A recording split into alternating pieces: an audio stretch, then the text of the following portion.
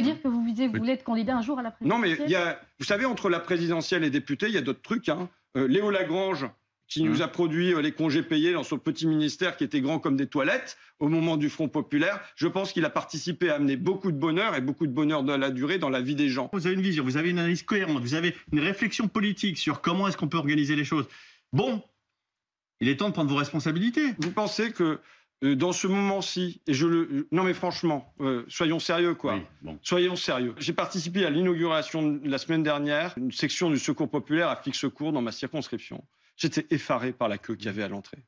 Voilà. On est à, je sais pas combien d'années, vous voyez, je compte pas encore. Donc on est à 4 ans. On est à 4 ans de l'élection présidentielle. Je pense que les gens, ils ont envie d'entendre autre chose que quel est-ce que c'est le casting. Je veux dire, la question aujourd'hui prégnante, c'est la question de l'inflation. Qu'on mette des antivols dans notre pays sur la viande, et voilà. Je veux dire, c'est quand même un signe. Plus 33% le prix de la viande depuis un an. Oui. Et c'est ça. Les gens, quand on leur parle à la sortie du supermarché, ils ont changé de supermarché pour beaucoup parce qu'ils ont repéré qu'à tel endroit, c'était moins cher.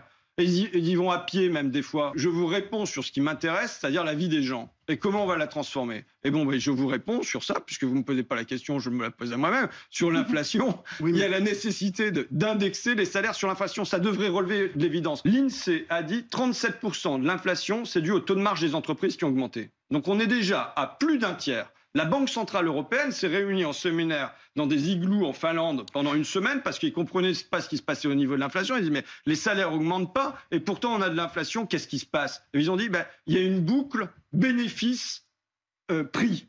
Donc là, il y a quand même un souci.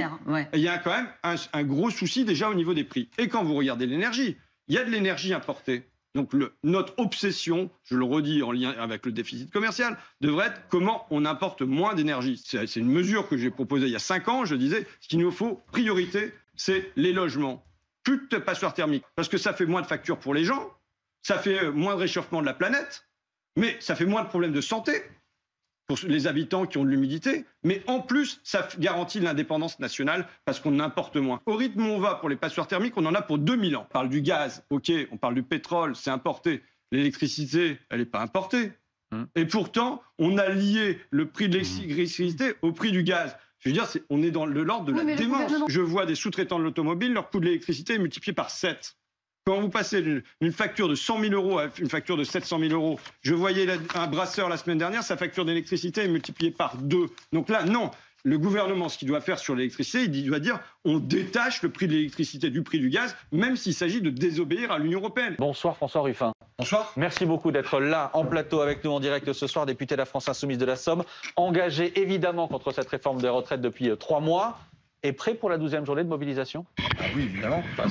Il y a un marathon qui est engagé. On ne sait pas si on va être médaille d'or aux Jeux Olympiques de l'année prochaine, mais c'est bien parti. On a déjà des kilomètres dans les pattes, mais on sait qu'il reste un certain nombre de kilomètres devant aussi. Vous serez interrogé ce soir par Pauline Simonet, par Pablo qui s'installe, par Géraldine Wössner et par Antonin André. On va parler de cette réforme, de la stratégie à adopter, que vous pourriez adopter pour la faire tomber, de la manière dont vous tentez de parler aux électeurs de gauche, notamment de l'inflation, etc., d'un certain nombre de problèmes. Mais de droite, du centre, d'abstentionnistes, de partout à la France tout entière. Et bon ben voilà, on va préciser les choses ce soir. Sur le veston. On a beaucoup de choses à voir. Simplement sur le sujet qui nous intéressait juste avant que vous n'entriez sur ce plateau, avec encore une fois ces tensions, des violences aujourd'hui, 150 policiers et gendarmes blessés dans le cortège, dans les cortèges en France. On n'a pas le nombre de blessés côté manifestants pour l'instant. Est-ce que vous dites que ces violences sont le résultat d'une colère qui explose? Ou est-ce que vous faites une distinction totale entre ce qui se passe là, ces violences-là, et la colère des manifestants, c'est-à-dire des vrais manifestants? De toute façon, je refuse toute violence d'où qu'elle vienne. Qu'elle vienne des manifestants protestataires de cette manière-là, qu'elle vienne de la police, qu'elle vienne du gouvernement. Donc il y a un refus, et pour des raisons à la fois morales. Je veux dire que quand je vois un homme, une femme qui porte un uniforme ou qui n'en porte pas et qui se retrouve allongé sur une civière, personne ne peut s'en réjouir, de mon point de vue. Et aussi pour des raisons politiques. Parce que, qu'est-ce qui se passe? À quoi vous avez consacré votre soirée? Vous n'avez pas consacré votre soirée à vous demander, le gars de chez Saint-Gobain, que j'ai croisé ce matin, qui se dit, bon sang, je suis dans un four qui a 70 degrés, comment je vais faire? C'est même pas retenu dans les critères de pénibilité, je suis en 5-8, ça fait 30 ans que je fais ça, comment je vais tenir jusqu'à 64 ans? C'est pas ça. vous avez consacré votre demi-heure à parler des 600 personnes dans le cortège de tête. Non, c'est pas vrai. On vient d'en parler les 15 dernières minutes. Okay, avant ça, on était avec Muriel Morand de la CGT pour parler justement de la mobilisation. J'explique pourquoi je suis opposé aux violences, à la fois sur le terrain moral et sur le terrain politique. Vous êtes minoritaire dans votre famille politique, pardon. Vous êtes l'un des très très rares à le dire clairement. On a posé la question à un certain nombre de députés de la NUP. LFI. LFI et des Verts aussi. On n'a pas eu de condamnation. Ça n'a pas été possible. En tout cas, quand j'entends Jean-Luc Mélenchon, par exemple, il me semble qu'il y a une certaine clarté sur... Bon, moi, je trouve qu'il y a une certaine clarté sur le fait de dire... Parce que vous parlez peut-être une langue différente. Mais non, en tout cas, j'ai les mêmes oreilles que vous. Tout va bien de ce côté-là. Je crois qu'on est à peu près normalement composé. Mais voilà, je veux dire, pour moi, il y a un piège qui nous est tendu. Et je l'ai dit d'avance. Après le 49-3... toutes les issues politiques, quelque part, ont été bouchées.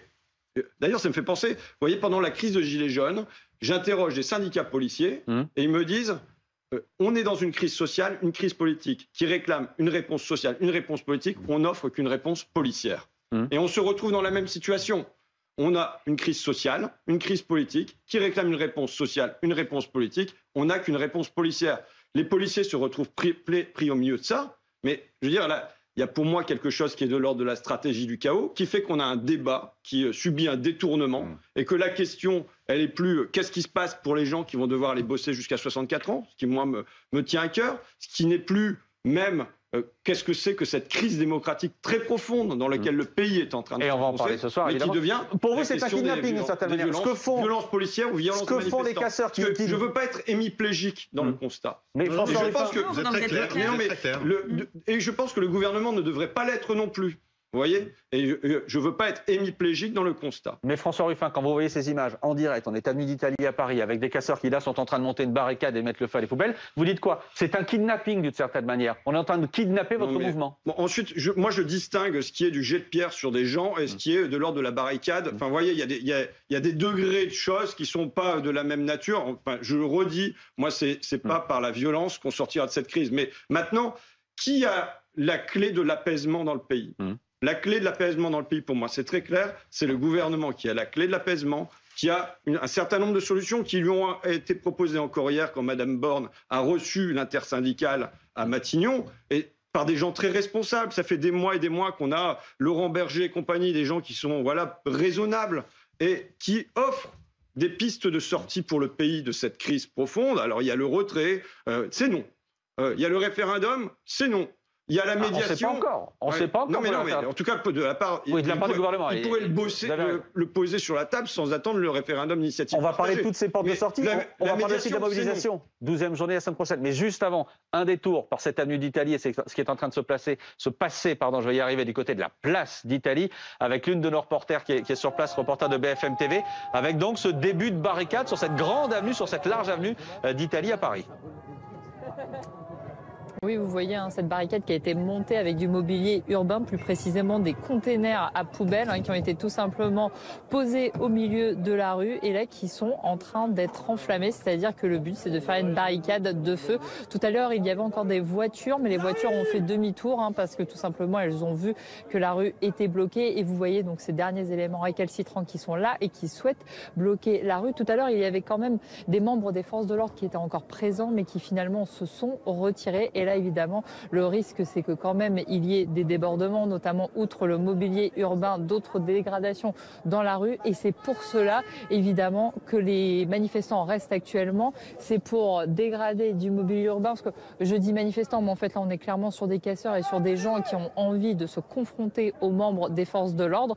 Là, actuellement, ce qui est étonnant, c'est de ne pas voir d'effectifs de police arriver. C'est ça qui est le plus étonnant, parce que généralement, ils sont quand même assez rapides et ils arrivent très, très vite sur place parce qu'ils sont très mobiles. On pense notamment aux équipes motorisées qui, dès qu'il y a un débordement, arrivent. Et là, ce qui est étonnant, c'est de ne voir personne arriver actuellement. Mais en tous les cas, ces éléments perturbateurs ont l'air d'avoir envie de rester sur place et de ne pas se disperser. C'est ce que vous voyez actuellement. Merci à vous, François Ruffin. La mobilisation du jour. On reste à un niveau élevé. Je veux bien commenter ça. Pourquoi? Allez-y. Bon, d'abord, parce qu'il y a un feu de cheminée là qui est en train de se faire. Donc, feu de poubelle. Mais vous savez, dans l'histoire de France, en particulier au XIXe siècle, on a eu des images qui pouvaient ressembler à ça, avec des barricades successives, 1789, 1830, 1834, 1848, 1871. Une violence populaire, insurrectionnaire, régulière dans notre histoire. Comment on s'en est sorti? On s'en est sorti par le haut, par la République et le suffrage universel, qui a été un mode de régulation des conflits. Voilà. Et quelques massacres. C'était Versailles, c'était avant. Enfin, s'il s'agit des Versaillais, hein, mais enfin, en tout cas, on s'en est sorti en construisant cet outil qui nous a permis que la régulation ne passe plus par de la violence insurrectionnelle. Bon, aujourd'hui, je pense qu'on est dans un même état, c'est-à-dire qu'il nous faut inventer des nouveaux outils démocratiques qui permettent que ça passe pas par de la violence insurrectionnelle, mais que ça y ait une régulation institutionnelle qui permette une intervention populaire. Quand il y a des accords, comme le désaccord profond qui est là, moi je souhaite qu'il y ait un 49-3 citoyen. Mais vous sentez profondément une France insurrectionnelle aujourd'hui? Non, en tout cas je pense qu'il y a... Je ne dis pas qu'on est au bord d'une situation insurrectionnelle, je ne veux pas dire qu'on est dans une situation révolutionnaire, je dis qu'en revanche, on est dans une crise démocratique très profonde. Vous ne faites pas la distinction entre quelques énervés qui n'ont des revendications que très lointaines avec celles que vous portez et la foule des... Enfin, je trouve que la comparaison est quand même très très audacieuse. Non mais je vous dis que dans l'âme des gens, et y compris des gens qui ne bougent même pas en manifestation, il y a quelque chose qui est de la colère, qui est simplement de l'ordre de là-haut, de toute façon, on a beau faire, ils nous entendent pas. Ouais. Mais ça s'appelle du ressentiment, ça s'appelle comme vous voulez. Un populisme aussi. Mais non, mais ça correspond à une situation présente. Les gens, ils ont dit très clairement ce qu'ils pensaient de cette réforme des retraites depuis des mois et des mois maintenant. Ils l'ont dit de manière calme et pacifique. Ils l'ont dit dans des sondages. C'est quoi? Oui, des sondages. Ils ont dit mais d'accord, mais ils l'ont dit dans des sondages. La démocratie, c'est pas les sondages. Ok, mais vous allez me dire qu'est-ce que c'est votre démocratie à la fin? Qu'est-ce qui va en rester? Oui, votons, d'accord? 2 Français sur 3 disent non, on veut pas de cette réforme. 4 salariés sur 5, qui sont quand même les premiers concernés, disent on ne veut pas de cette réforme. Aucun gouvernement peut gouverner avec les sondages. Tous les syndicats unis disent on ne veut pas de cette réforme, d'accord? L'Assemblée, on ne lui demande pas de voter parce que sinon, une majorité des députés aurait voté. Mais vous demandez une contre cette réforme institutionnelle dans ce cas? Oui, je la demande, je vais y venir. On a même tous les syndicats unis qui ne veulent pas de cette réforme. À la fin, ça fait quand même un petit peu beaucoup. Et on a un homme très isolé là-haut qui dit si, il y aura cette réforme. Mais alors, est-ce que le problème, c'est pas les institutions, mais l'attitude, parce que les institutions, François Ruffin, pour les réformer, pourquoi pas? Mais ça va prendre du temps. Là, on est dans une situation d'urgence avec un pays, on voit bien, qui est en crise depuis 6 mois, depuis le début de cette réforme. Est-ce que le problème aujourd'hui, c'est plus qu'institutionnel, c'est le problème, vous l'avez nommé, le problème d'un homme qui, dans sa façon de gouverner, finalement, s'enferme dans une forme de rapport de force extrêmement brutal. Qui le payera dans les urnes. Mais tu ne le payeras pas dans les urnes. Pas lui-même personnellement. Mais oui, parce qu'ils sont pas en train de C'est ça le sujet du moment. Je vais vous dire, moi, ce qui adviendra de Macron, je m'en fiche. Non, mais j'entends bien. Ce qui adviendra de mon pays et de la démocratie dans mon pays, je ne m'en fiche pas. Quelle est la situation de l'an dernier? Emmanuel Macron est réélu sans élan et sans panache. Avec un deuxième tour face à Marine Le Pen où il dit « ce vote m'oblige ». Derrière, il y a des élections législatives où dans des coins comme le mien, il n'arrive pas à envoyer ses candidats au deuxième tour, où il est décroché dans des pans entiers du pays, où on a un groupe Rassemblement National qui n'a jamais été aussi puissant. Dans les terres populaires notamment. Oui, dans les terres comme les miennes. Ça veut dire une situation de grande fragilité. De grande fragilité pour sa famille politique, pour lui-même, mais même une situation de grande fragilité démocratique pour le pays, avec un pays fracturé en 3 blocs. Un bloc central libéral, un bloc d'extrême droite, un bloc de gauche. Et personne ne veut bosser avec les autres. Mais au-delà de ça, que doit faire un homme qui se retrouve à la tête de l'État dans cette situation de fragilité pour le pays? Je pense qu'il doit gouverner avec sagesse, avec modération, avec prudence, avec mesure. Or, qu'a fait Emmanuel Macron depuis 1 an? Il a comblé sa fragilité par de la brutalité. Il passe dans sa solitude par-dessus le corps social tout entier.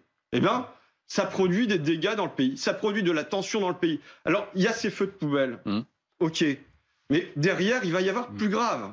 Derrière, ce qui va s'installer dans le pays, c'est un nouveau décrochage, on va y venir, je pense, bien sûr, du bout du bloc central libéral, et où ça va aller? Où ça va aller quand on produit ce ressentiment profond dans le pays, quand on produit cette résignation, quand on produit, ça fait 6 mois que je donne mon avis. Mais François Ruffin, on voit que les pompiers d'ailleurs sont en train d'intervenir avenue d'Italie, je le précise tout de suite avec ces images en direct de Nicolas de Roussy. Emmanuel Macron, il vous a déjà répondu. Son entourage vous a déjà répondu, l'entourage de l'Élysée, qui dit si les gens ne voulaient pas les 64 ans, c'était pas Emmanuel Macron qu'il fallait mettre au pouvoir, qu'il fallait mettre notamment au premier tour de la présidentielle l'an prochain. Et puis Emmanuel Macron et son entourage vous répondent quand ils vous disent que Emmanuel Macron était très clair au moment de la présidentielle sur son programme et qu'on a un président élu avec ce programme qui est en train d'appliquer ce programme aujourd'hui. Vous savez, il y a plein de choses à dire de ça. Dans son programme, il y avait par exemple que les accompagnantes d'enfants en situation de handicap auraient un salaire décent, le salaire minimum. Il met pas la même célérité à mettre cette mesure en œuvre. Hein. Donc on pourrait faire un certain nombre de comparaisons de cette nature-là. Mais je pense qu'il faut se placer au-dessus de ça. Il faut se dire que le président de la République est garant de l'unité de la nation et que ça passe par-dessus. Et que là, ce qu'il fait par orgueil, ce qu'il fait pour son ego, ce qu'il fait parce qu'il est atteint d'une forme d'hubris, de démesure, comme on dit dans la tragédie grecque, fait qu'il est en train de briser le pays. Il est en train de conduire de la division dans un pays qui est déjà blessé. Qui est blessé pourquoi ? Qui est blessé parce qu'on sort de 2 années de crise Covid, avec des gens qui sont ulcérés, qui sont fatigués, qu'on a la guerre en Ukraine derrière, qu'on a les factures d'énergie qui explosent, qu'on a les salaires qui ne suivent pas l'inflation. On a tout ça. Et je le disais, moi, il y a 6 mois, je disais, faire cette réforme des retraites aujourd'hui, pour le pays, est une folie.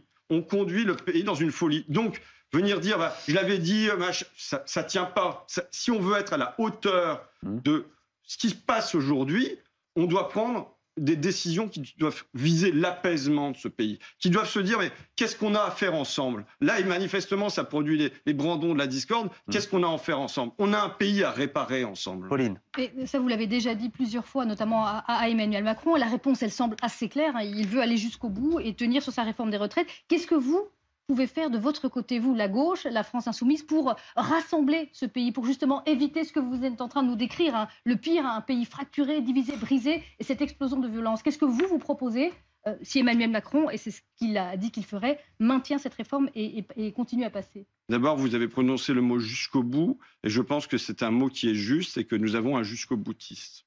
Il le revendique d'ailleurs, hein. Oui, il s'en fiche de l'impopularité, c'est pour le bien de la France. Ça me paraît très très problématique. Tout ça pour, rappelons-le, d'après l'OFCE, s'épargner 0,1 point de PIB. Donc on n'est plus dans du budgétaire, on est dans du symbolique, de l'autoritaire. Bon, qu'est-ce qu'on peut faire ? Nous sommes représentants de la nation.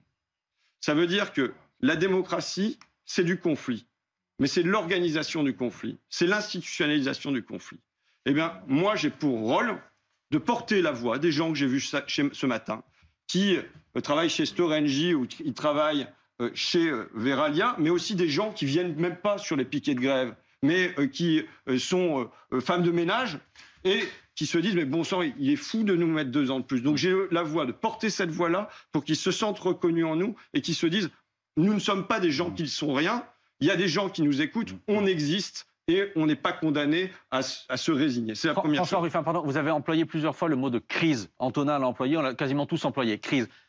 Je guette les réactions sur le plateau. Vous avez tiqué, Pablo, tout à l'heure quand Antonin parlait de crise, précisément, en disant que ça faisait 6 mois qu'on était en crise. Je vous ai vu tiquer et noter sur votre petit carnet. Non, je suis pas non, c'est pas que je suis fondamentalement pas d'accord avec le fait que ça fait 6 mois qu'on est en crise, mais j'ai l'impression que ça fait beaucoup plus de temps en fait qu'on vit cette crise démocratique et institutionnelle, et que d'ailleurs on mélange les institutions et la démocratie de façon assez forte. Moi, ce qui me trouble en fait, quand je vous écoute, François Ruffin, il y a une chose que j'ai l'impression que vous faites une proposition qui est tout à fait valable dans le champ politique, mais qu'elle n'est pas suivie derrière, en fait, par des faits. Tout à l'heure, vous citiez des sondages. Vous avez cité les sondages qui disaient que, en gros, une majorité de Français étaient contre la réforme. Il y a aussi des sondages qui disent que récents, notamment et là pour BFM TV, en gros qui disent que certes le bloc central s'écroule, certes il y a une dynamique du côté du Rassemblement national, mais surtout que du côté de la NUPES, c'est assez stagnant. Qu'est-ce que vous faites de ça en fait? Est-ce que le discours en fait qui est porté par la gauche, par la NUPES, par vous, est-ce que vous avez l'impression qu'il n'arrive pas à prendre? Attendez, avant de répondre. Pardon, je voudrais qu'on détaille le sondage. Précisément, Pablo est en train de marcher sur les plates-bandes de Pauline Simonet. Pauline, ce sondage Elab, pour qu'on continue à en parler, que tout le monde sache de quoi on parle ce soir. Donc c'est un sondage qui ne cherche pas à prédire ce qui va se passer en 2027, puisque là, Emmanuel Macron ne sera plus candidat. Là, la question qui est posée, en fait, c'est de refaire le match. On a posé d'abord la question pour le premier tour. Si le premier tour avait lieu maintenant, pour qui voteriez-vous? Et vous allez voir, il y a une progression spectaculaire de Marine Le Pen, 31%, près de 8 points au-dessus d'Emmanuel Macron. C'est une inversion de l'ordre d'arrivée. Emmanuel Macron à 23%, qui est 5 points en dessous de ce qu'il avait fait en 2022. Pour le reste, les équilibres sont plus ou moins maintenus, même si Jean-Luc Mélenchon est un peu en recul au profit de Fabien Roussel, qui double son score. Alors, ce qui est intéressant, c'est que du côté de Marine Le Pen, on voit qu'elle, en fait, gratte un peu partout dans toutes les catégories électorales. Et puis, au deuxième tour surtout, c'est là évidemment que c'est le plus spectaculaire entre guillemets, eh bien c'est Marine Le Pen qui l'emporte très largement, 55% contre 40%, parce qu'en fait, dans la question qu'on pose aux Français, finalement, il y a un barrage, il y a un vote barrage, mais contre Emmanuel Macron, cette fois. Et du côté des électeurs de Jean-Luc Mélenchon, mais c'est la même chose du côté de Valérie Pécresse ou de Yannick Jadot, eh bien, finalement, le report ne se fait pas bien du tout. Et puis, on regarde également du côté des législatives ce qui se passerait. Et là, on voit que c'est un effondrement, en tout cas un net recul pour Ensemble, la coalition d'Emmanuel Macron, 21,5, 4 points de moins. Et en fait, ils perdraient la moitié de leurs députés. La NUPES, elle reste effectivement, comme le disait Pablo, au même niveau, 25,5%. Le Rassemblement national, en revanche, monte, c'est la plus forte progression. Et on est donc au coude à coude entre la NUPES et le RN. Et regardez ce que ça donne en projection de sièges à l'Assemblée. Effectivement, c'est 3 blocs. On est sur cette tripartition de la vie politique qui se maintient avec 150 à 180 sièges pour la NUPES et 150 à 175 sièges pour le Rassemblement national. Voilà, les choses sont posées, vous pouvez répondre à Pablo et à Pauline aussi également. Bon, d'abord, je pense que ce sondage, qui fait suite à une série d'autres, devrait être pour nous un électrochoc.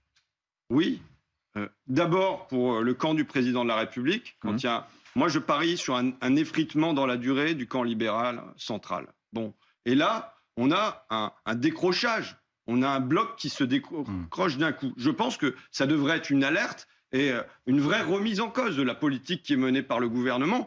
Je le dis pour eux, mais pour le pays tout entier. Bon, ça, c'est la première chose. Ça les concerne, mais je dis ça nous concerne aussi. La deuxième chose, c'est pour nous. Oui, on doit se demander comment ça se fait qu'on a une crise sociale majeure qui se produit, qui est sur un thème à nous, les retraites. Et en plus, le deuxième thème qui est derrière, c'est quoi? Qui est dans le quotidien de la vie des gens aujourd'hui. C'est le travail, l'inflation. C'est l'inflation, c'est les salaires, c'est comment on remplit son caddie, comment on fait son plein. C'est encore un deuxième thème de gauche. Comment ça se fait que dans ce climat-là, eh bien, ça bascule pas vers nous et ça bascule plus vers le Rassemblement national. Je pense que ça doit nous servir de remise en cause. Qu'est-ce qui fait... Pardon, comment vous l'expliquez ça? Où est-ce que vous pêchez?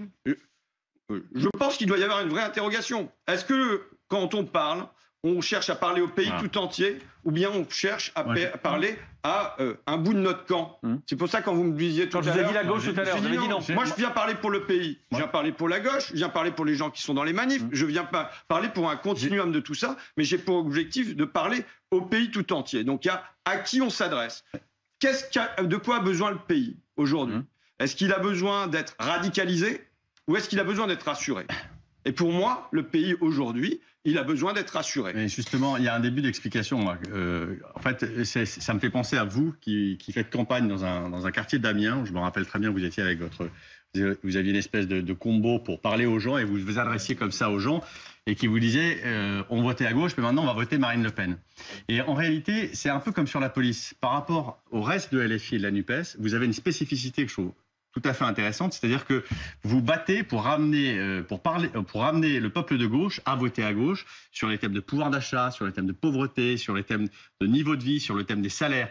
Et on vous entend beaucoup là-dessus. Mais en réalité, pendant ces débats sur la réforme des retraites, ce qu'on a vu de LFI et de la gauche, c'était de l'agite-propre à l'Assemblée, c'était beaucoup de discours sur les violences policières, effectivement, et sur l'autoritarisme d'Emmanuel Macron, et pas sur les thèmes de gauche qui vous sont si chers et que vous êtes en train d'évoquer là. Est-ce que c'est pas ça que, d'une certaine façon, la NUPES a raté dans cette réforme, c'est-à-dire de vraiment parler à cet électorat ouvrier, populaire, qui aujourd'hui se tourne vers le Rassemblement national? Je crois que c'est moins une question de fond que de ton. Je crois que... Vous savez, je vous ai dit, finalement, Emmanuel Macron... Qu'est-ce qu'il devrait faire aujourd'hui? Il devrait parler avec mesure, avec pondération. Et je pense que plutôt que d'être quasiment le symétrique d'Emmanuel Macron... comme les Mélenchon. Comme on l'est. Je pense qu'on devrait se détacher, prendre de la hauteur, essayer de prendre de la hauteur. C'est pas facile tous les jours parce qu'ils sont énervants quand même. Hein. mais essayer de prendre de la hauteur et se dire comment on rassemble le pays. Mais pardon, j'ai 2 exemples sur ce que vous dites là. Sur les dernières 24 heures. Jean-Luc Mélenchon qui explique que M. Darmanin est un mélange de Bolsonaro et de Trump. Quand Bastien Lachaud, votre collègue député insoumis, explique que le modèle du gouvernement, leur modèle, c'est Vichy. Vichy. Bon, en tout cas... Non mais attendez. Non mais je vais vous dire, je vais répondre. Attendez, vous n'allez pas faire les questions et les réponses. Allez-y. Vichy. Non mais... Ça s'appelait la France Bobo, pas la France des Tours d'Amiens. Le comportement de M. Darmanin est extrêmement inquiétant. Je veux dire, quand il a une vision hémiplégique, il doit être lui aussi le garant de l'unité de la nation. Il doit se demander comment on maintient la paix publique pour tous. Et ce qui se passe, par exemple, à Sainte-Soline, il y a des manifestants violents et il y a des gens qui ont des papiers, des mamies, il y a des gens avec leurs poussettes qui sont frappés par des tirs. Je pense que quand on est ministre de l'Intérieur, on doit couvrir tout ça, dire tout ça, montrer tout ça et avoir un regard critique sur qu'est-ce qui se passe. Qu'est-ce qui se passe quand on a une réponse policière à une crise sociale et une crise démocratique? Quand hier, M. Darmanin, quand même, je veux dire, les alertes, il y a le Conseil de l'Europe qui alerte, il y a le rapporteur de l'ONU qui alerte. Sur le maintien de l'ordre en France. Oui, il y a la défenseur des droits qui alerte. Bon, il y a même la Maison-Blanche qui alerte presque. Bah, si. Vous tombez dans le piège du débat sécuritaire. Oui, mais c'est vous qui me posez la question sur M. Darmanin. Je suis bien. Si vous m'amenez sur ce thème-là, je suis bien obligé de vous répondre. Je vous dis, il y a des alertes quand même de toutes ces institutions. Et ici, en France, on ferait comme si ça n'existe pas. Je vous dis, je ne veux pas être hémiplégique. Je ne suis pas hémiplégique sur la violence qui se produit du côté des manifestants, mais on ne doit pas l'être, et le gouvernement ne doit pas l'être du côté des forces de l'ordre. Et quand hier... Très bien, mais est-ce que c'est nécessaire d'aller chercher Vichy, régime collaborationniste avec l'Allemagne nazie, etc., pour comparer à ce qui se passe aujourd'hui en France? En tout cas, c'est ce que font vos collègues insoumis. Je dis que qu'est-ce qui se passe pour le pays depuis maintenant 5 années d'Emmanuel Macron? Je vous l'ai dit, on a une réponse policière. Qu'est-ce qui se passe? On a un resserrement libéral autoritaire qui se produit. Mais oui, Gérald. Libéral non. C'est l'argent magique pendant 2 ans. Arrêtez. Et alors, on viendra sur le thème économique. Mais oui, c'est un fonctionnement libéral. Quand on est dans... Là, il vient d'y avoir 150 milliards d'euros de profit pour le CAC 40. C'est le record de tous les temps du jamais vu, jamais connu. Et on ne va pas y toucher. 80 milliards d'euros de dividendes, jamais on en a versé autant et on ne va pas y toucher. Et il n'est pas prévu d'y toucher. Bon, je veux dire, on est dans un fonctionnement libéral, autoritaire. Donc, que vient proposer M. Darmanin? Il vient de proposer de poursuivre plus profondément dans cette voie, qui me paraît une voie inquiétante. Donc, et quand hier, il vient dire, écoutez, à la Ligue des droits de l'homme, si vous continuez à observer comme ça ce qui se passe sur le plan policier et à émettre des critiques, on va vous couper les vivres. Je rappelle que la Ligue des droits de l'homme, en l'occurrence, avait attaqué au tribunal l'arrêté préfectoral qui interdisait le transport d'armes avant la manifestation. L'attitude de la Ligue des droits de l'homme est parfaitement ambiguë dans ces affaires. Bah oui, a été ambiguë avant la manifestation. S'il considère, vous l'avez lu le truc? Bah, il l'a arrêté. Donc il faut qu'on puisse. Mais non, mais écoutez, bien sûr. Non, c'est pas ça. Il y a des procédures en France, en fait, c'est un état de droit. Donc, si l'arrêté est considéré par certains avocats de la Ligue des droits de l'homme comme contrevenant, en fait, à des lois, il est tout à fait normal que la Ligue des droits de l'homme l'attaque. Concevoir Je suis désolé. Que même parmi d'anciens membres de la Ligue des droits de l'homme, beaucoup sont frappés de ce glissement. Vers quoi, en fait justement, on se le demande. Ils défendent l'état de droit. Non, pas l'état de droit, là, c'est Un ministre, quand il y a des observateurs qui viennent en série dire ça, ne doit pas dire « Écoutez, si vous n'êtes pas content, on va vous faire taire », parce que c'est ça le message qui est passé. Ah, c'est pas forcément habile. Si vous n'êtes pas habile. Mais non, mais donc voilà, il y a un glissement autoritaire et je pense qu'il y a la nécessité, c'est de marquer ça et de dire que c'est pas normal de glisser sur les... Parler de glissement autoritaire sans parler, parce que vous mélangez Sainte-Soline et les manifestations qui sont deux choses qui ont strictement rien à voir, mais admettons, Sainte-Soline, on a quand même une manifestation dont le but déclaré est d'aller casser des biens. C'est ça le but, avec 1500 personnes qui attaquent. C'est bien. Non, mais je vais vous dire. C'est pas juste un trou, non. Bon, moi, j'ai pas envie de passer ma soirée là-dessus. Mais d'abord, entre ce qui peut être fait un trou de terre avec une bâche dessus et, en revanche, ce qui peut être fait aux forces de l'ordre, aux policiers sur place, c'est deux choses différentes. Et je pense que la grande masse des manifestants sont pas allés à Sainte-Soline pour taper sur la police. C'est pas vrai, d'accord? Donc là, il y a un mélange entre les deux. Je parle des organisateurs, j'ai pas envie de passer la soirée là-dessus. Mais enfin, bon, voilà, je le dis, il y a un approfondissement d'un glissement libéral et autoritaire. C'est la voie que propose M. Darmanin. Bon, c'est un resserrement. Qu'est-ce qui se passe? Au fond, je me permets, mais... Je citerai Gramsci qui dit « Nous vivons un temps de détachement de l'idéologie dominante ». Ça veut dire que concurrence, croissance, mondialisation, qui sont en gros les trois mots-clés de l'ordre libéral, ça ne tient plus, les gens n'en veulent plus, ça les dégoûte. Que nous dit Gramsci? Il nous dit « Dans ce temps-là, les dirigeants ne parviennent plus à diriger, à la place ils se mettent à dominer et ils recourent à la force de coercition ». Voilà le moment que nous vivons. Vous pensez vraiment que ça dégoûte les gens, la croissance? Parce que là, on vous entend, ils veulent des hausses de salaire, ils veulent des choses que vous défendez. Ils veulent des meilleurs salaires pour les enseignants, ils veulent un hôpital qui fonctionne. Mettre la concurrence... l'hôpital qui fonctionne, par exemple... Mettre de la concurrence dans le gaz, alors que déjà, ça ne marche pas dans l'électricité, instaurer de la concurrence entre l'université... Enfin, je pense que le mot concurrence, le mot mondialisation et même le mot croissance sont aujourd'hui des mots minés qui ne faut plus envie dans le pays. Qu'est-ce qui se passe? Du coup, on remplace ça par la force de coercition. Qu'est-ce qu'on voit en ce moment? La force de coercition sur les salariés, ce sont les réquisitions. La force de coercition sur les manifestants, c'est la matraque. Et la force de coercition sur l'Assemblée, c'est le 49-3. Ça tient comme ça pendant ce temps-ci. Sachant que la force la plus puissante, en principe, c'est la force de résignation. Mais François Ruffin, pardon, vous disiez, il ne faut pas être hémiplégique, il faut être dans l'apaisement. Pardon de revenir, c'est la dernière fois que je vous posais la question, parce que vous avez évité de répondre. Vichy, encore une fois. Est-ce que, dans un moment où vous dites il faut de l'apaisement, il faut de la mesure de toutes parts, est-ce que c'est sain que dans votre camp, on aille récupérer Vichy pour expliquer ce qui se passe aujourd'hui? Je pense que la comparaison avec Vichy est faite parce que le dernier moment où on s'en est pris de cette manière-là, la Ligue des droits de l'homme, c'était sous le régime de Vichy. Mais c'est la seule comparaison que je ferai pour ma part. Voilà. Mais est-ce que par exemple, vous êtes pour la 6ème République comme la France Insoumise et globalement la NUPES. Mais est-ce que, pour passer par cette 6ème République, est-ce qu'il faut en passer par une déstabilisation de nos institutions ou un renforcement de nos institutions? Non. Enfin, moi, d'abord, je vais vous dire, sur la 6ème République, moi, je suis démocrate. Il me semble que je suis profondément démocrate. Et ça veut dire que, y compris la 6ème République, elle doit être validée démocratiquement. Il faut être sûr qu'aujourd'hui, une majorité du pays, et pour sortir de la 5ème République, pour sortir de l'élection du président de la République au suffrage universel, et je ne suis pas convaincu qu'il y ait une majorité pour ça dans le pays. En revanche, on voit qu'il y a un blocage quand tout le pouvoir est entre les mains d'un seul homme. Donc ce système institutionnel, il est à faire évoluer. Je parlais tout à l'heure, je disais, ce qu'il nous faut aujourd'hui, c'est un 49-3 citoyen. C'est-à-dire qu'il y a un 49-3 du gouvernement, il y a un 49-3 du président. Il faut que le peuple il puisse intervenir quand il est en désaccord et quand il y a 10% du corps électoral qui se saisit de lui-même, fait signer une pétition par exemple, eh ben, on doit dire il doit y avoir un référendum et la question... Donc c'est le Conseil constitutionnel la semaine prochaine.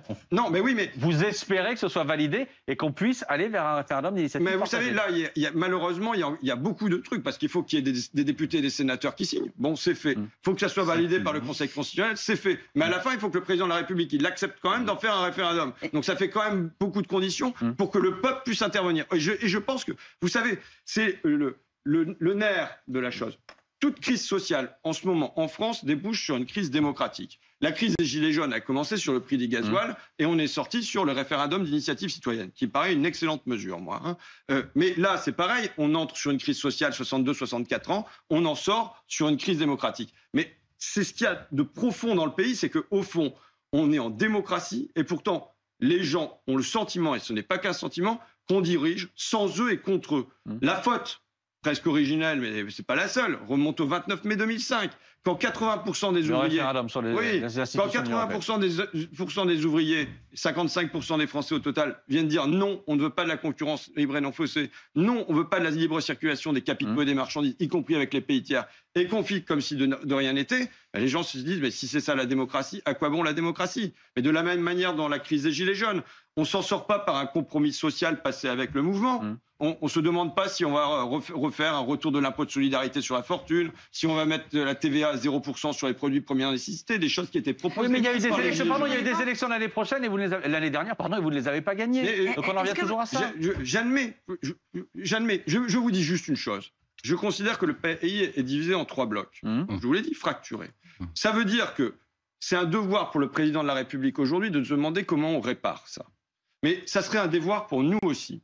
Ça veut dire que si jamais on arrive au pouvoir, on ne doit pas considérer que parce qu'on a une majorité à l'Assemblée, on fait ce qu'on veut dans le pays. Non, on doit le faire avec modération, avec pondération, en pensant à réparer ces fractures-là et à réparer le pays autrement. Parce qu'aujourd'hui, on est dans un pays qui a un hôpital en lambeaux. Normalement, on devrait réparer ça. On a un rail qui déraille. On devrait réparer ça. On a une école de la République qui recrute ses enseignants en job dating. On devrait réparer ça. On a un défi climatique à affronter. On devrait réparer ça. Et on devrait rassembler le pays pour réparer ça. Et moi, ce que je regrette le plus depuis 6 mois, c'est l'immense gâchis pour mon pays. Parce que c'est de tout ça dont on devrait débattre. Ce sont tous ces chantiers-là qui devraient être sur la table. Et à la place, Emmanuel Macron nous enlise dans quelque chose qui représente, je le redis, à l'arrivée... Alors, Pauline, et ensuite vie ma vie. Celle qui s'en sort le mieux pour l'instant, et on l'a vu dans ce sondage, c'est Marine Le Pen, c'est le Rassemblement national. Et sur les raisons de cette progression, il y avait un autre enseignement de ce sondage, c'est chez les actifs, chez les travailleurs. C'est là qu'elle progresse le plus. Est-ce que vous parliez du ton? Il faudrait changer le ton plus que le fond, mais sur le fond,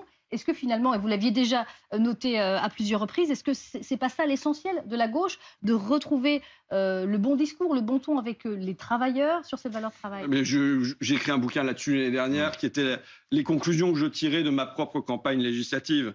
Maintenant, dire que sur le fond, nous avons raison plus que le Rassemblement national. Je veux dire, nous proposons l'indexation des salaires sur l'inflation, ce qui me paraît une nécessité aujourd'hui pour nous. Le Rassemblement national, pas. Nous proposons qu'il y ait une taxation des dividendes. Le Rassemblement national, pas. Nous proposons le retour de l'impôt de solidarité sur la fortune. Le Rassemblement national, pas. Le partage des richesses ne figure pas dans le programme du Rassemblement national. Donc je pense que la question n'est pas sur le fond. Elle est sur la présentation, sur le ton. Est-ce qu'il n'y a pas non plus un problème de cohérence? Parce qu'on voit bien dans ce sondage qu'effectivement, Emmanuel Macron souffre beaucoup de ce défaut de cohérence. D'ailleurs, on parle des retraites. Il n'était pas pour la retraite à 65 ans, il était pour la retraite à points. Ensuite, c'était Édouard Philippe qui était pour celle à 65 ans. Puis c'est Elisabeth Borne qui, elle, était contre, qui doit le mettre en place. On perd le sens de ce qu'il veut atteindre. Mais vous... Également, on voit pas bien. Vous citez une liste de sujets sur lesquels tout le monde est d'accord en réalité, sans expliquer comment vous les financez. On a, je le répète, 3 000 milliards d'euros de dettes. C'est bien, mais vous savez... on voit dans les sondages aussi ce défaut de crédibilité ou de sens. On a le sentiment, parfois, vous parliez à des clientèles... Non.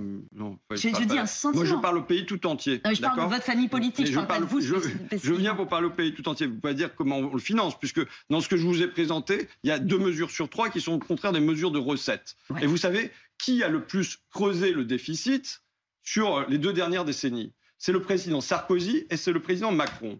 Et pourquoi? Parce que le déficit public, il a moins été creusé par des dépenses que par de moindres recettes, dans les 2 cas. Donc, il y a un souci de recettes. Votre souci, c'est la décroissance.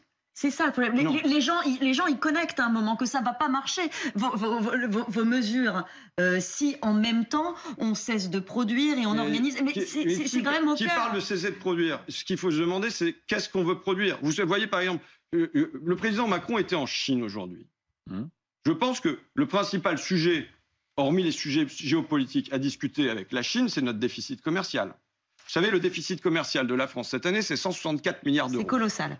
Ça veut dire 14 fois plus que le déficit de retraite. Donc, prévisionnel. C'est-à-dire qu'on nous bassine avec le déficit de retraite de 12 milliards d'euros à venir, OK, mais déficit commercial. Aujourd'hui, 164 milliards d'euros. Le principal chose à l'intérieur, c'est la Chine, un quart de ce déficit commercial. Comment on va faire pour avoir moins d'importations de téléphones portables. Mais là, ça rejoint quand même une nécessité qui est aussi celle de protéger la planète. Moi, je veux dire, on a à affronter ce défi climatique.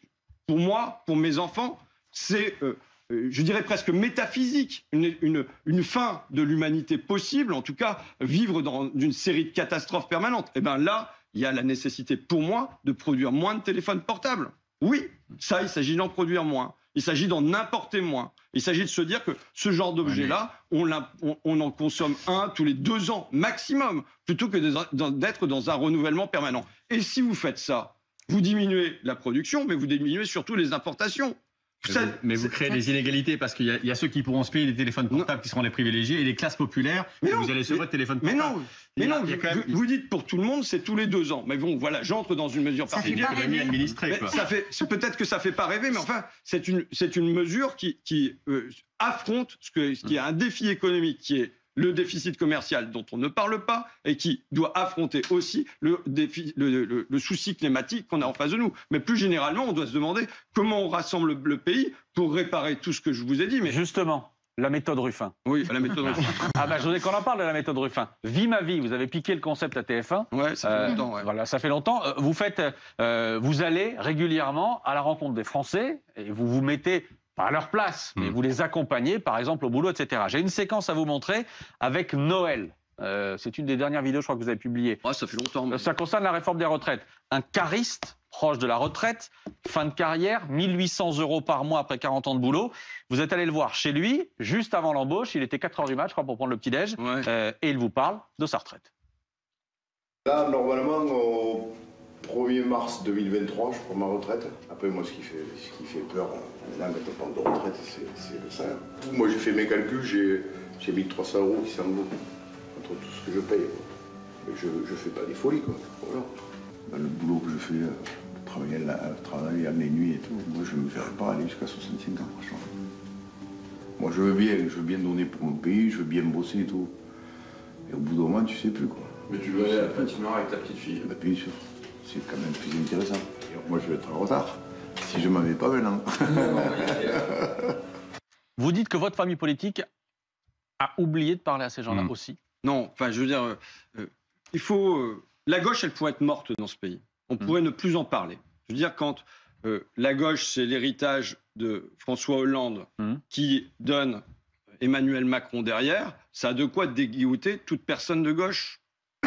Donc, moi, je considère que le bilan de Jean-Luc Mélenchon est d'avoir remis la gauche debout et remis la gauche debout sur ses 2 jambes, la jambe rouge et la jambe verte. Donc, il y a au contraire on a continué. Vous savez, moi, je suis né en politique. Enfin, j'ai lancé mon journal Fakir en 99 et c'est un moment où il y avait Lionel Jospin à la gauche plurielle et où il n'osait pas prononcer le mot ouvrier. Mais François Ruffin... Je veux dire, on en est revenu. Donc, dire qu'on ne cherche pas à s'adresser. Moi, je dis qu'en revanche, on doit se demander comment on parle. Est-ce que je pense qu'il faut citer les métiers? Moi, je m'applique à ça. Je m'applique à dire caissière, je m'applique à dire cariste, à dire manutentionnaire, à prononcer le mot de tous ces métiers qui ont tenu le pays debout et à qui Emmanuel Macron avait promis reconnaissance et rémunération. Et il n'y a ni l'un ni l'autre derrière. Au contraire, il y a 2 ans de plus. Bon, mais voilà, je pense qu'il s'agit de presque héroïser. Vous savez, de la même manière que dans l'après-guerre, le Parti communiste avait héroïsé les mineurs de fond et les métallos parce qu'ils avaient remis le pays debout. Eh bien, je pense que nous, on doit héroïser les métiers de la 2e ligne, les évoquer, les montrer, parce que ce sont eux qui ont tenu le pays debout et qui, au fond, tous les matins encore, si on peut prendre le métro, si on peut avoir tout qui fonctionne, de la lumière, allumer notre casserole sur le gaz, c'est parce que ces gens-là, ils font leur boulot et ils tiennent le pays debout. Simplement, la sociologie de votre électorat, François Ruffin, c'est ça votre drame. Moi, je vous trouve tout à fait convaincant. C'est-à-dire que ce que vous faites là, à 4h du matin avec un cariste, je pense que il y a beaucoup de vos amis députés de la France Insoumise qui, au lieu d'aller chez Hanouna, devraient aller auprès de cette France-là qui les connaissent. Aussi, donc je vais aller au bout de mon propos. Ce matin, j'étais avec les gaziers, mais ce soir, je suis ici. Ce que je veux dire, c'est que la sociologie aujourd'hui de votre électorat et de la France Insoumise, c'est pas les employés et les ouvriers, c'est pas les caristes. Ces gens-là, ils votent Rassemblement National. Or, Jean-Luc Mélenchon et la majorité des LFI, et je vous mets à part parce que pour moi, vous êtes vraiment... Vous êtes vraiment quelqu'un à part dans cette famille politique. LFI, la France Insoumise, a un électorat qui est bobo, qui est salarié, qui est cadre et qui n'est pas cette France-là déclassée des ouvriers que vous connaissez bien parce que vous êtes élu de là-bas et parce que vous allez les voir, mais vous êtes bien le seul dans votre famille à faire ce boulot. Sociologiquement, c'est pas tout à fait vrai. Voilà, C'est les études globalement un peu plus compliqué. C'est pas si vrai que ça. D'abord, se dire que quand bien même on le voudrait, ça n'est pas facile. Ça n'est pas parce qu'on mène cette bataille-là qu'elle sera automatiquement gagnée. Bon, je viens quand même pour mettre... Moi, je suis un homme, vous savez, le pessimisme de la lucidité, l'optimisme de la volonté. Il n'y a pas de fatalité à l'histoire. Je veux vous dire ça quand même. C'est-à-dire que là, on regarde les sondages, on dit Marine Le Pen, elle monte et tout ça. Il n'y a pas de fatalité à l'histoire. L'histoire, c'est ce que les femmes et les hommes en font. Je veux dire, la crise de 29, elle débouche sur le New Deal aux États-Unis, sur le nazisme en Allemagne, sur le Front populaire en France. Donc, il n'y a pas de fatalité. C'est ce qu'on en fera. Et heureusement, il y a eu février 34 qui a été comme un électrochoc pour la gauche française, qui a réagi et qui a fait le Front populaire. Moi, je demande en effet à ce qu'il y ait un électrochoc, qu'on soit conscient du fossé qui peut se creuser et qu'on se demande quelles sont les méthodes pour aller combler ça. Bon, et je dis pas que j'ai des recettes magiques. J'ai des trucs. Vous faites le boulot. Faites le boulot. Je ne suis pas le seul. Je suis pas le seul. Mathilde Panot est allée avec accompagnée des éboueurs à Paris. Une fois. Alors, et Fabien Roussel, lui, il a une autre proposition. Il a rencontré Bernard Cazeneuve et lui, il dit que la NUPES est dépassée et qu'il faut rassembler au-delà. C'est une proposition concrète pour essayer justement d'être plus fort à gauche. Je la trouve très peu concrète en vérité. Non, je pense que la question d'élargir notre socle, elle se pose, mais elle ne se pose pas par les figures. On est assez large de ce point de vue-là. Le grand souci aujourd'hui, c'est on voit tout ce qui décroche du bloc libéral central. C'est typiquement, pour moi, c'est les gens qui, jusqu'à maintenant, j'ai en tête un chef de ligne dans un sous-traitant de l'industrie agroalimentaire qui travaille la nuit, qui a 1800-1900 euros et qui partait en vacances avec ses parents et qui ne peut plus emmener ses enfants en vacances.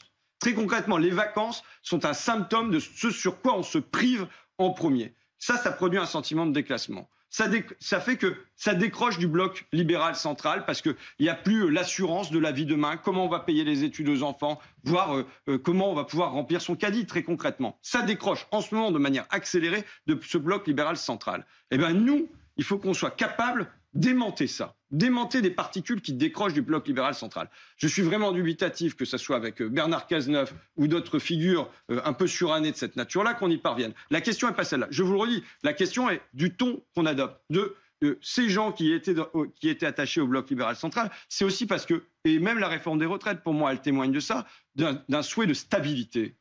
Il y a un désir de stabilité et on doit incarner de la stabilité. Même si on veut transformer la société, mais on veut la transformer avec stabilité. On veut produire de l'ordre joyeux. L'ordre, c'est pas... C'est loin du bruit et la fureur de Mélenchon. Oui, on doit produire un ordre joyeux. Vous voyez, je vous disais dans le reportage qu'on voit, le gars, je sais qu'il a envie d'aller à la patinoire avec sa petite fille, ou l'équivalent à la piscine, ou au cours de Zumba, j'en sais rien, à la gymnastique. Mais il faut qu'on soit capable de proposer aussi des chemins au bonheur pour des gens. Attendez, joyeux, le bonheur, c'est tout Roussel, ça aussi. Les jours heureux, mais les jours heureux, vous savez, c'est le Conseil national de la Résistance de 1945, donc c'est quand même... On est d'accord. Mais ce que vous dites, Fabien, je cherche pas à m'opposer à Fabien Roussel, à Jean-Luc Mélenchon.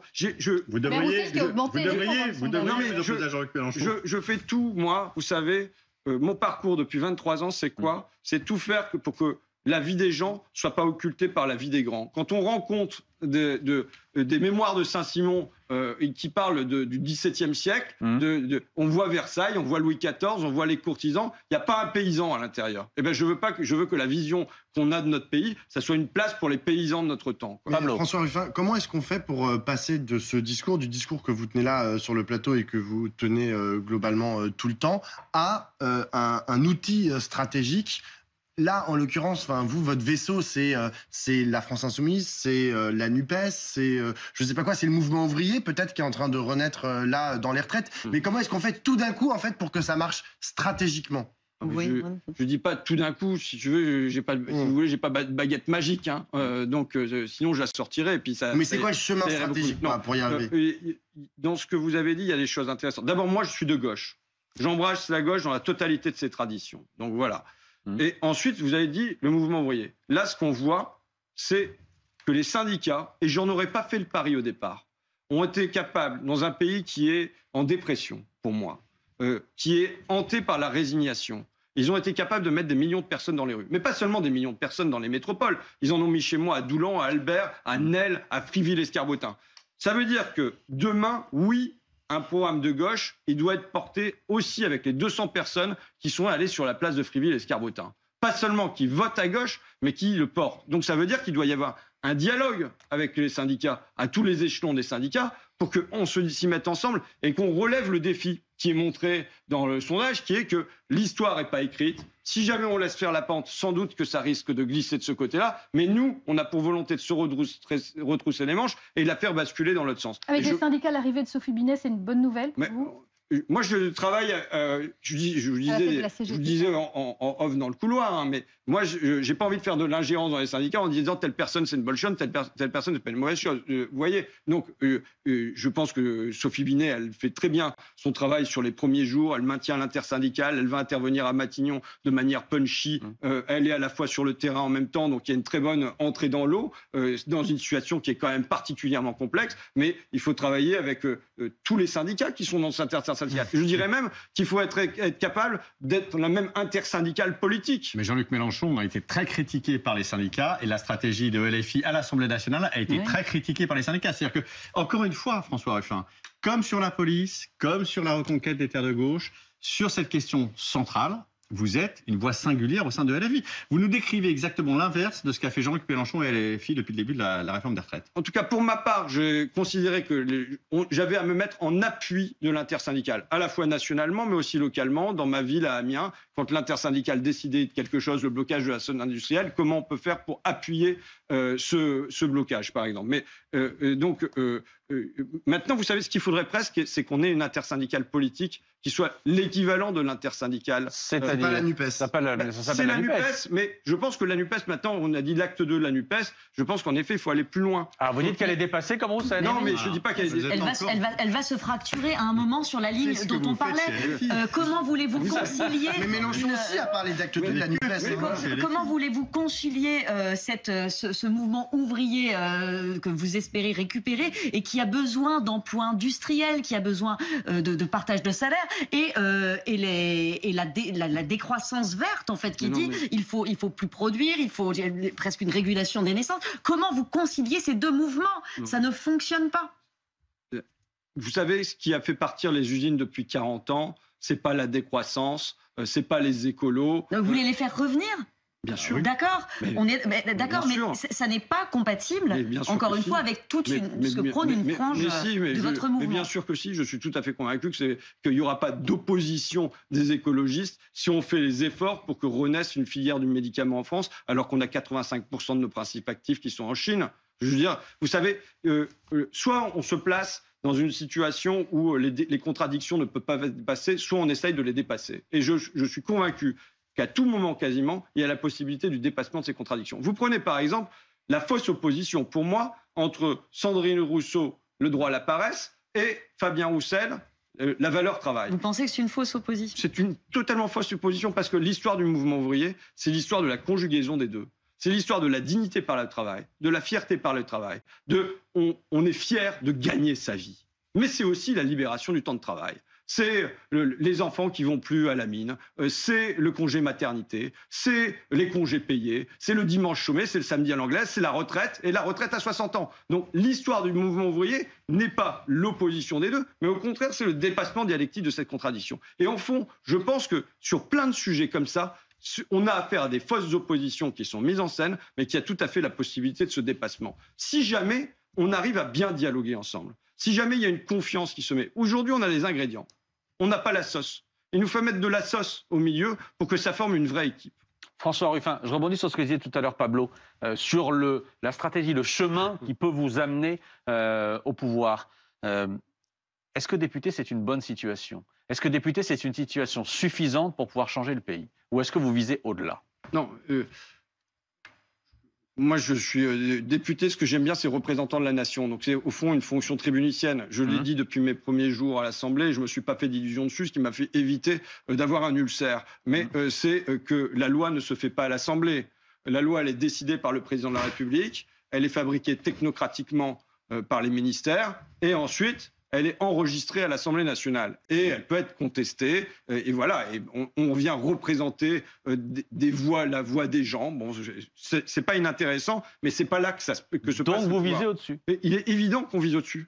Mais moi aussi, je veux dire. Vous avez une vision. Mais j'espère bien qu'on vise au-dessus. François Ruffin vient de dire moi aussi. Mais oui, mais j'espère bien qu'on vise pas seulement à représenter la nation, mais qu'on vise à aider à transformer notre pays dans le bon sens, à le réparer. Vous voulez dire que vous voulez être candidat un jour à la présidentielle? Non, mais vous savez, entre la présidentielle et député, il y a d'autres trucs. Léo Lagrange, qui nous a produit les congés payés dans son petit ministère qui était grand comme des toilettes au moment du Front populaire. Je pense qu'il a participé à amener beaucoup de bonheur et beaucoup de bonheur de la durée dans la vie des gens. Donc, il y a un certain nombre de ministres comme ça qui ont aussi participé à transformer la vie des gens. Donc, on peut être dans une équipe qui contribue à transformer la vie des gens sans rêver d'être forcément à son sommet. Jean-Luc Mélenchon, on le voit bien aujourd'hui, est un peu abîmé. Vous avez un problème avec Jean-Luc Mélenchon? Je vais terminer. Il est un peu abîmé par psychanalyse. Il est un peu abîmé par cette séquence des retraites. Il est un peu abîmé par les coups de force qu'il a voulu faire à l'Assemblée, notamment auprès de ses troupes. Il y a eu l'affaire Quatennens. On sent bien que c'est quand même un personnage politique qui aujourd'hui semble plus tellement en phase avec le mouvement. Il y a besoin d'une incarnation, parce qu'il faut aussi, quand on veut changer le pays, il faut être capable de dire « je », François Ruffin. La présidentielle... Généralement, on m'a plutôt reproché l'inverse. Non, mais pourquoi vous avez une vision, vous avez une analyse. On peut être d'accord ou pas d'accord, vous avez une vision, vous avez une analyse cohérente, vous avez une réflexion politique sur comment est-ce qu'on peut organiser les choses. Bon, il est temps de prendre vos responsabilités. De dire, oui, je suis taillé pour le job, pour un jour être candidat à la présidence de la République. Vous pensez que dans ce moment-ci, non mais franchement, soyons sérieux quoi. Oui, bon. Soyons sérieux. Dans ce moment-ci, je vous le dis, moi, l'inquiétude, j'ai participé à l'inauguration la semaine dernière d'une section du Secours populaire à Flixecourt dans ma circonscription. J'étais effaré par la queue qu'il y avait à l'entrée. Voilà. On est à, je ne sais pas combien d'années, vous voyez, je ne compte pas encore. Donc, on est à 4 ans. On est à 4 ans de l'élection présidentielle. Mais je pense que les gens, ils ont envie d'entendre autre chose que qu'est-ce que c'est le casting. Je veux dire, la question aujourd'hui prégnante, c'est la question de l'inflation. C'est la question de comment je fais pour me fournir, qu'on mette des antivols dans notre pays sur la viande. Et voilà. Je veux dire, c'est quand même un signe. Plus 33%. Le prix de la viande depuis 1 an. Oui. Et c'est ça. Les gens, quand on leur parle à la sortie du supermarché, ils ont changé de supermarché pour beaucoup parce qu'ils ont repéré qu'à tel endroit, c'était moins cher. Et ils y vont à pied même des fois. Vous voyez, utilisez l'inflation pour ne pas répondre à la question politique qui se pose quand même. Pour un homme politique, c'est légitime de poser cette question. Je vous réponds sur ce qui m'intéresse, c'est-à-dire la vie des gens. Et comment on va la transformer? Et bon, je vous réponds sur ça, puisque vous ne me posez pas la question, je me la pose à moi-même. Sur l'inflation, il y a la nécessité d'indexer les salaires sur l'inflation. Ça devrait relever de l'évidence. Vous savez, mais peut-être jouer aussi sur l'inflation et sur l'explosion des prix de l'énergie. C'est quand même l'énergie à la base. Alors on va. Je veux bien, d'accord. Ok, je veux bien, d'accord.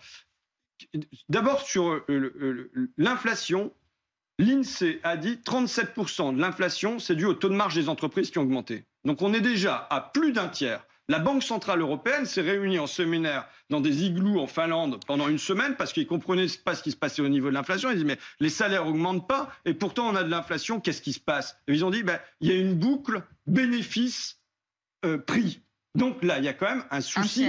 Il y a quand même un gros souci déjà au niveau des prix. Et quand vous regardez l'énergie, il y a de l'énergie importée. Donc notre obsession, je le redis en lien avec le déficit commercial, devrait être comment on importe moins d'énergie. C'est-à-dire que c'est une mesure que j'ai proposée il y a 5 ans, je disais, ce qu'il nous faut, priorité, c'est les logements. Plus de passoires thermiques. Au rythme où on va pour les passoires thermiques, on en a pour 2000 ans.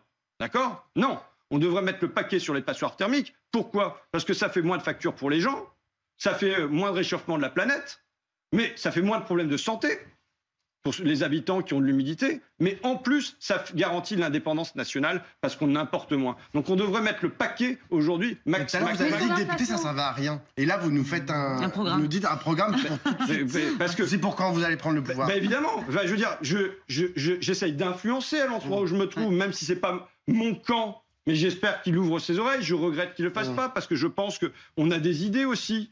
Je pense que la démocratie, c'est une certaine qualité de dialogue qui fait que même ses adversaires politiques, il y a des idées que finalement ne sont pas si mauvaises que ça et on les récupère. Ce que vous avez décrit tout à l'heure, je dois néanmoins continuer à faire mon boulot qui est d'apporter des idées aux gens, que ça devienne évident dans la société qu'aujourd'hui le paquet devrait être mis sur la rénovation thermique des logements, par exemple. Mais après, vous avez quand même un autre problème, c'est que normalement il n'y a pas ça, on parle du gaz, ok, on parle du pétrole, c'est importé. l'électricité, elle n'est pas importée. Et pourtant, on a lié le prix de l'électricité au prix du gaz. Je veux dire, on est dans l'ordre de la démence. Le gouvernement a agi. Est-ce que vous pouvez reconnaître que le gouvernement a fait des choses? Si on regarde ce qui s'est passé dans les autres pays européens, l'inflation, je peux vous le dire, je connais bien la Belgique notamment, l'inflation, elle n'est pas la même ailleurs, même si c'est toujours très dur pour les gens qui le vivent en France. Vous pouvez reconnaître qu'il y a des choses qui ont été faites. D'un mot, parce qu'on arrive au bout, François. Je peux reconnaître tout ce que vous voulez. La Belgique, par exemple, les salaires sont indexés sur l'inflation, puisque vous connaissez la Belgique. Salaires, donc ça veut dire là, je parlais de l'énergie. Donc ça veut dire que du coup, les salariés ne souffrent pas quasiment de l'inflation, puisqu'elle est prise en charge à l'intérieur des salaires. Les coûts de l'électricité, quand c'était... Mais vous savez, moi, je vois des sous-traitants de l'automobile, leur coût de l'électricité est multiplié par 7. Quand vous passez d'une facture de 100 000 euros à une facture de 700 000 euros, je voyais un brasseur la semaine dernière, sa facture d'électricité est multipliée par 2. Donc là, non. Le gouvernement, ce qu'il doit faire sur l'électricité, il doit dire on détache le prix de l'électricité du prix du gaz, même s'il s'agit de désobéir à l'Union européenne. On arrive au bout, désobéir à l'Union européenne et faire décrocher le prix du gaz du prix de l'électricité. On arrive au bout. Merci beaucoup d'avoir été notre invité ce soir. C'était riche. Passionnant. Voilà, passionnant. Convaincu, Antonin. Convaincu. Passionnant. Pas surtout, mais convaincu. Merci beaucoup en tout cas d'avoir été notre invité. On espère que vous reviendrez pour annoncer votre candidature à la... À lui, hein. Candidature au ministère des Congés.